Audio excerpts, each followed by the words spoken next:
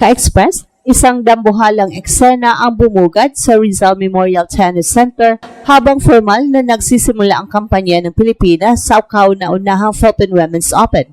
Ang sentro ng lahat ng mga mata, walang iba kundi ang ating Pinay Diamond na si Alex Ayala. Sa kanyang opening match, haharapin niya ang Russian player na si Alina Chereva, isang laban na sa papel ay mukhang pabor sa Pinay, pero sa aktwal ay puno ng symbolism, pressure at global attention. Hindi lang ito simpleng first round match. Ito ang opisyal na pagbubukas ng isang bagong yugto na kasaysayan ng Philippine tennis. At bakit ito ginulat ng mundo? Dahil sa unang pagkakataon, ang isang WTA 125 event ay gaganapin sa Pilipinas at ang opening act ay mismong ang pinakamataas na rank Pinay tennis player sa kasaysayan na si Alex Ayala. At si Alex ay papasok sa court bilang number 2 seed ng torneo, may career high rank sa world, number 49, at live ranking na pumapalo sa number 43. Sa kabilang banda, si Alina ng Russia, world number 169 at 6 na beses na ITF champion, ay darating bilang underdog, pero isang underdog na sanay sa laban at walang takot makipagsabayan. Ang atmosphere ng Rizal Memorial ay hindi pang karaniwan. Bago pa man ang unang serve, ramdam na ang tensyon at excitement, sold out ang ticket, punong-puno ang bleachers, at bawat sulok ng venue ay may mga banderang Pinoy. Para sa mga international observers, malinaw ang mensahe. Hindi na basta host country ang Pilipinas, isa na itong aktibong pwersa sa women's tennis scene sa Asia. Ang opening match ni Alex ay tinuturing ng maraming analyst bilang hottest ticket ng torneo at isa sa mga pinag-uusapang WTA 125 matches ngayong linggo. Sa usaping numero, malinaw ang lamang ni Alex. Mahigit 100 ranking spots ang pagitan nila ni Chereva at ang mga recent performances ni Alex sa international circuit lalo na sa Australia ay nagpapakita ng kanyang readiness sa mga mataas na antas ng competition. Pero sa ating Express Influence, mahalagang bigyang diin na ang tennis ay hindi lang nilalaro sa ranking. Si Chereva ay isang classic baseline grinder, matyaga, disiplinado at may kakayahang pahabain ng rallies. Sa ITF level, napatunayan na niya ang kakayahan niyang manalo sa mahabang laban at sumira ng momentum sa mas mataas ang rank. So dito pumapasok ang tactical advantage ni Alex. Bilang isang left-hander, may natural edge siya laban sa right-handed opponents gaya ni Chereva.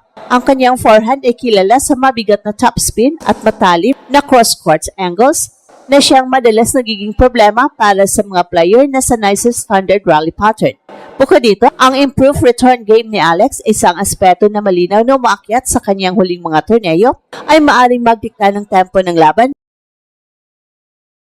mula pa lang ng unang game. At isa pang mahalagang factor ay ang condition. Ang init at humidity ng Manila ay hindi biro, lalo na para sa mga players na galing sa mga malamig o enter-heavy circuits. Para kay Alex, ito ay familiar na teritoryo. Lumalaki siya sa ganitong klima at hinubog ang kanyang conditioning sa mga ganitong kondisyon. Sa training sessions pa lang, kapansin-pansin ang kanyang composure at footwork kahit sa tanghaling init. Samantala para kay Chereva, ang acclimatization ay magiging isa sa pinakamalaking hamon. Hindi rin maaring ihiwalay ang papel ng crowd. Sa tennis, karaniwang tahimik at reserve ang atmosphere. Pero sa Rizal Memorial, ibang klase ang eksena. Ang Pinoy crowd energy ay nagiging psychological factor, isang bagay na maaring magpalakas ng isa at makabawas ng focus sa isa. Para kay Alex, ang hiyawan ng laban Alex ay magsisilbing gasolina. Para sa kalaban, ito ay maaring maging distraction na siyang magresulta sa enforced errors, lalo na sa crucial points. At sa mas malawak na konteksto, ang opening match na ito ay may dalang mensahe para sa buong bracket ng Philippine Open. Hindi lang ito tungkol sa pag-abante ng second round, ito ay statement game. Ipinapakita ni Alex na handa siyang pasanin ang bigat na pagiging home favorite at seeded player. Ang bawat panalo niya ay nagdadala hindi lang ng WTA points kundi ng kumpiyansa para sa kanya at para sa buong programa ng Philippine Tennis. Para sa mga organizers at international media, malinaw rin ang implikasyon. Ang laban na ito ay patunay na may market, may audience at may kalidad ang women's tennis sa Pilipinas. Ang matagumpay na opening salvo ni Alex ay magpapatibay ng credibility ng bansa bilang host ng mas malalaking tournament sa hinaharap.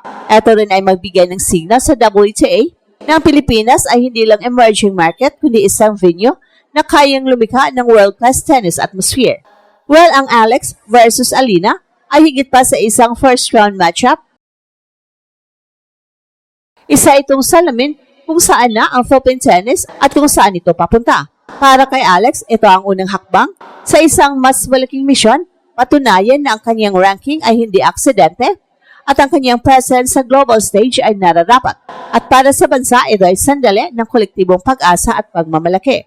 At habang papalo ang unang serve sa Rizal Memorial, isang bagay ang malinaw, hindi lang bola ang lilipad sa court, kasama nitong lilipad ang pangarap ng isang buong bansa. At sa gitna ng lahat ng iyon ay si Alex, handang pangunahan ang Pilipinas sa bagong yugto ng world tennis. Ang ating pagsusuri sa damuhalang opening salvo na ito, isa lang ang nangigibabaw na katotohanan. Ang Philippine Women's Open ay hindi lang isang paligsahan, kundi isang pagtatanghal ng ating pambansang dangal. Si Chera Everman ay may bitbit na 6 na titulong ITF at ang kinikilalang Russian Grit. Hindi ito sapat para tapatan ang init ng dugong Pinoy at ang nagniningning na galing ni Alex. Ang bawat palo ng ating reyna sa Rizal Memorial ay hindi lang para sa puntos, ito ay para sa bawat Pinoy na nangangarap na makita ang ating watawat sa rurok ng world tennis. Ang magiging epekto ng tagumpay na ito laban kay Chera Eva ay magsisilbing tsunami na yayanig sa buong bracket ng torneo. Pinatutunayan ni Alex na ang kanyang career high world number 49 ay simula pa lamang ng kanyang pag-akyat sa trono ng mga alamat. Sa bawat hiyawan na laban Alex, nadadaan sa mga pader ng Manila, lalong tumitibay ang kanyang mental na baluti. Ang tagumpay na ito ang magbibigay ng kumpiyansa sa buong mundo na ang Alex Mania ay isang lehitimong puwersa na hindi mapipigilan kahit ng pinakamahusay na manlalaro mula Europe. Ang makasaysayang opening salvo ni Alex ay hindi lamang isang laro. Ito ang mitsa ng isang sports revolution ng Pilipinas. Sa bawat ace na kanyang ipapakawala laban sa Russia, itinatala niya ang ating bansa bilang bagong center ng tennis sa Asia. Ang Pinay Diamond ay simbolo ng ating pambansang dangal na handang maghari sa sariling lupa.